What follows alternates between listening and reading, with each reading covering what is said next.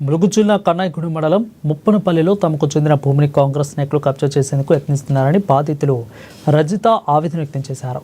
ఇక పూర్వీకుల కాలం నుంచి సాగు చేసుకుంటున్న ఎకరం 33 గుంటల భూమిని కాంగ్రెస్ నేతలు లాక్కుంటున్నారని పట్టాదారుడు మల్లయ్య కుమార్తె రజిత ఆరోపించింది. పట్టాదారుడు మల్లయ్య భూమిలోకి పలుమార్లు అతని తమ్ముడు కాంగ్రెస్ నాయకులతో కలిసి వచ్చి దాడులకు పాల్పడ్డారని తెలిపారు. అంతేకాకుండా మల్లయ్య న్యాయం కోసం తన దగ్గర ఉన్న ఆధారాలతో పోలీసులు రెవెన్యూ అధికారులను ఆశ్రయించినప్పటికీ ఫలితం లేకుండా పోయిందని అన్నారు. దీంతో మనస్తాపానికి గురైన మల్లయ్య అతని భార్య చనిపోయారని కుటుంబ సభ్యులు తెలిపారు. మల్లయ్య మృతదేహాన్ని పొలంలో ఖననం చేయడానికి కూడా అడ్డుకున్నారని, పోలీసుల ప్రోద్బలంతో ఆ భూమిలోనే ఖననం చేస్తారని తెలిపారు. ఇక అయినప్పటికీ ఆ భూమిని కబ్జా చేయడానికి అధికార కాంగ్రెస్ పార్టీ నాయకులతో కలిసి కొందరు వ్యక్తులు ఇబ్బందులకు గురిచేస్తున్నారని ఆవేదన వ్యక్తం చేశారు. జిల్లా అధికారులు వెంటనే స్పందించి తమ భూమిపై విచారణ జరిపి తమ భూమిని తమకు ఇప్పించాలని అధికారులను మంత్రి సీతక్కను వేడుకున్నారు. లేదంటే దిక్కుతోచని పరిస్థితిలో ఆత్మహత్య శరణ్యమని అన్నారు. 3 సంవత్సరాల నుంచి ల్యాండ్ గొడవ అవుతున్నాయి సార్. నాన్నగారు గురైపోయారు ఈ భూమి వల్లనే.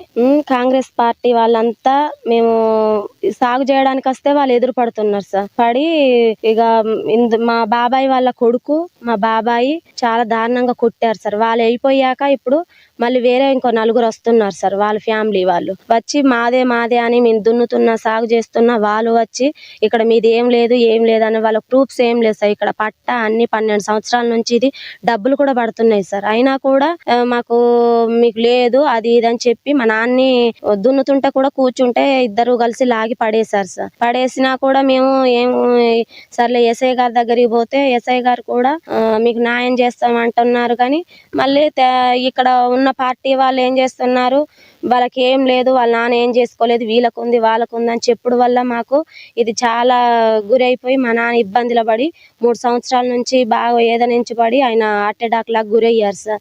ఇంక ఇప్పుడు మా అమ్మ నాన్న కూడా ఎవరు, ఇప్పుడు అమ్మ చనిపోయాక నాన్న కూడా చనిపోయి, అమ్మ ఉన్నప్పుడు ఎవరు రాలేదు సార్. అమ్మ చనిపోయింది ప్లస్ మట్టి తీసేటప్పుడు కూడా ఎవరు మాదని రాలేదు సార్. మట్టి తీసినాక చాలా రోజులకు కూడా ఎవరు రాకపోయేసరికి ఇప్పుడు నాన్నని కాల పెడదామని వచ్చేసరికి ఇందులో పెట్టనివాడు కూడా పెట్టలియలేదు సార్. 3 పక్కల వాళ్ళు కంచె కట్టుకున్నారు సార్ మాదని.